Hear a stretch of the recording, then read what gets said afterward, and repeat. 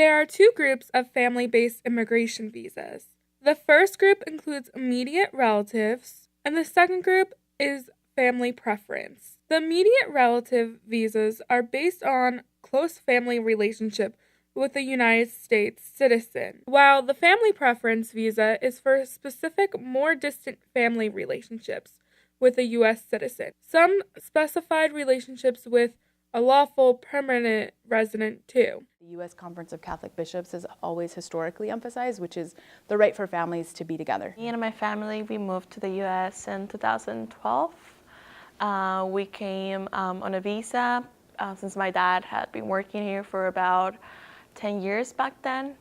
He worked here on a work visa, and he would always go back and forth. But since I spent most of my life seeing him, without seeing him, my mom was like, you know what, now it's time to go and spend time with your dad. So me and my two brothers and my mom, we applied for our tourist visas, and then we came to the U.S. So this change in policy around restricting the number of family members and the extended network of family members doesn't necessarily have a lot of wiggle room. So you can file appeals from time to time, but I would say at this point, most people don't have a lot of hope for it changing under the current presidential administration. According to Pew Research, today, family-based immigration is the most common way people gain green cards. In light of restrictions in family-based immigration, some migrants elect to enter the U.S. illegally. Big change has been that families are actually presenting themselves to the U.S. Border Patrol.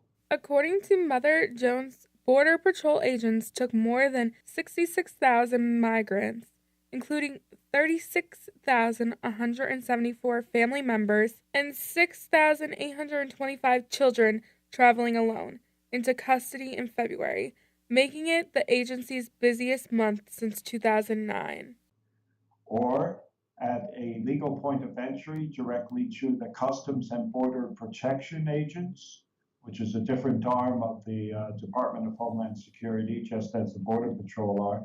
They are voluntarily presenting themselves and asking for asylum because their lives are in danger and they are experiencing fear. Even lawful immigrants can have concerns about traveling within the U.S. I think they came up with a new law that says that whenever you're in a federal building, you only have to, or you're required to prove a valid ID.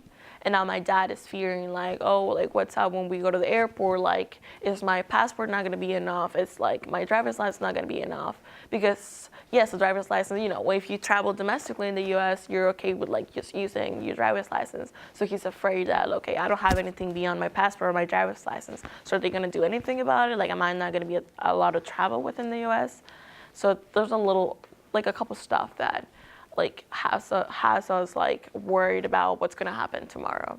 One of the recent changes to immigration policy here in the U.S. is a shift from a family reunification process to one that emphasizes migration around employment.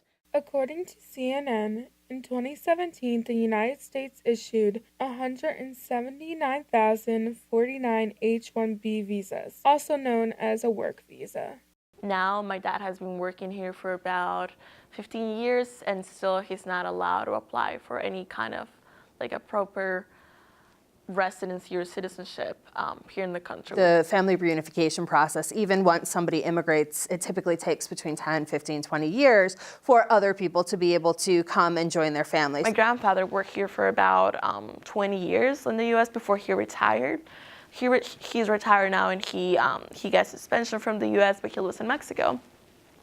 It was it really bothered me in the fact when he told me that they asked him if he had children and a wife. When he was going through his retirement process, they actually give him a green card, they give him a resident card, which allowed him to work and live in the U.S. According to Pew Research, in 2016, 137,893 employment-based green cards were awarded to foreign workers. Many years later down the road, he tells me that they asked him if he wanted to get a sponsorship for his children and for his wife. And he said no. He said no because he was afraid that if he got some kind of documentation from the U.S. for his children and his wife, it might hurt them. And I still, to this point, I don't understand what was he so worried about. But I think this all comes through, like, they never give him enough information for him to understand that they were gonna give him legal authorization for his children and his wife to be in the U.S. I think they put it in a wrong way, and as right now, we're still struggling to explain him that there's nothing wrong with living in the U.S. There's nothing wrong with having a social security number, that no one's gonna come looking for you because you're not a criminal, because you're not doing anything wrong. If people don't talk, people don't raise their voices, we're never gonna be able to actually know what's going on. So I think it's very important for us, for everyone to communicate and to be informed about what is and what are the ways that families can come to the U.S. and the struggles they face when they're here.